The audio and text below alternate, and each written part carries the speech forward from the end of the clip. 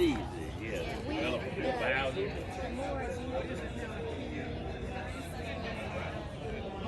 Young and me.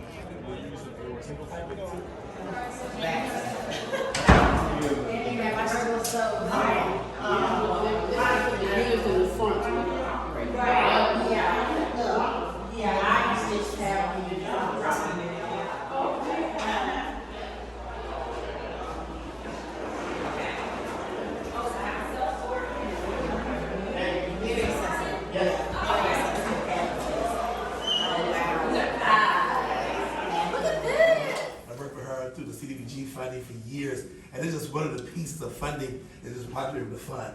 We're so happy for that. Again, when it comes to affordable housing, it is so challenging. And in our city council roles, you're always trying to find a way to help persons find better housing, affordable housing. Rents right now is over $1,000 a month. That's like more than almost a mortgage payment. My mortgage when I lived in Fort Hill several years ago, the mortgage like $500 a month. And now rent is over $1,000.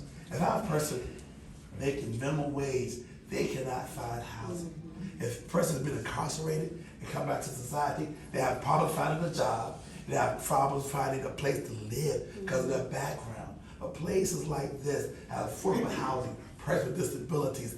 I thank God for programs like Rush Homes, like Habitat for Humanity. I work with Jeff, wherever Jeff is. I worked with Jeff for years through Habitat and various other projects. I'm so thankful for programs like this, that we have these programs in our community, that we can work together for persons who need some resources, hard workers, but need some resources so they can live in a better place and feel comfortable and come home to a great place. And this is a perfect area, right next to a grocery store, right on a bus line, right down the street from the Jubilee Center, right next to the great church of Greater Brookville. Yeah. Go up and down steps, get into the bathrooms, be able to even get into the kitchen to be able to fix yourself something to eat. We went to actually view Rush Homes at Old Forest Village. You know, it brought my wife to tears just looking at it and seeing it and knowing how it was going to affect not just my daughter, but all of us, to be able to make, you know, life more self-sufficient for all of us. You can tell Rush Homes genuinely cares, you know, about the people in the communities. You know, a lot of love went into even building all of these places.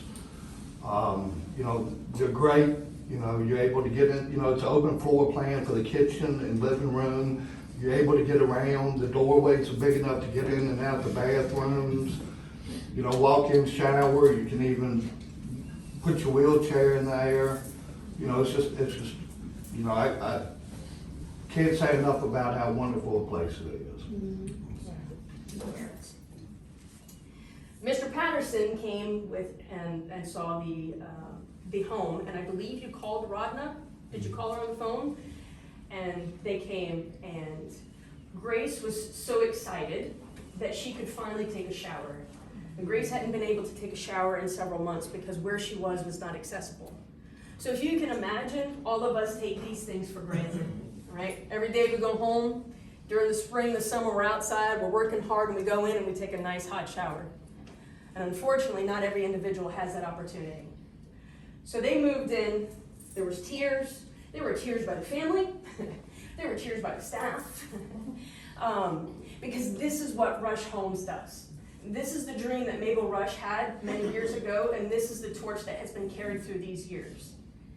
Unfortunately, and this is the part that I know Elaine was talking about, Grace passed away about 30 days after she moved in. But she had 30 days of dignity and respect and getting to live the way that all of us take for granted. She had 30 days of showers. She had 30 days of being able to prepare her own meals. She had 30 days of humanity. And she died knowing that, right? She died in peace. So that was the part that Mr. Patterson did not want to share. That's the part that means so much to me. And that is what our residents, those are the stories. That's just one of soon to be 130 stories. And I just want you all to understand the significance. There's not just a building. These are people's lives. Yes. And we're all coming together to impact people's lives. So- All right, ready?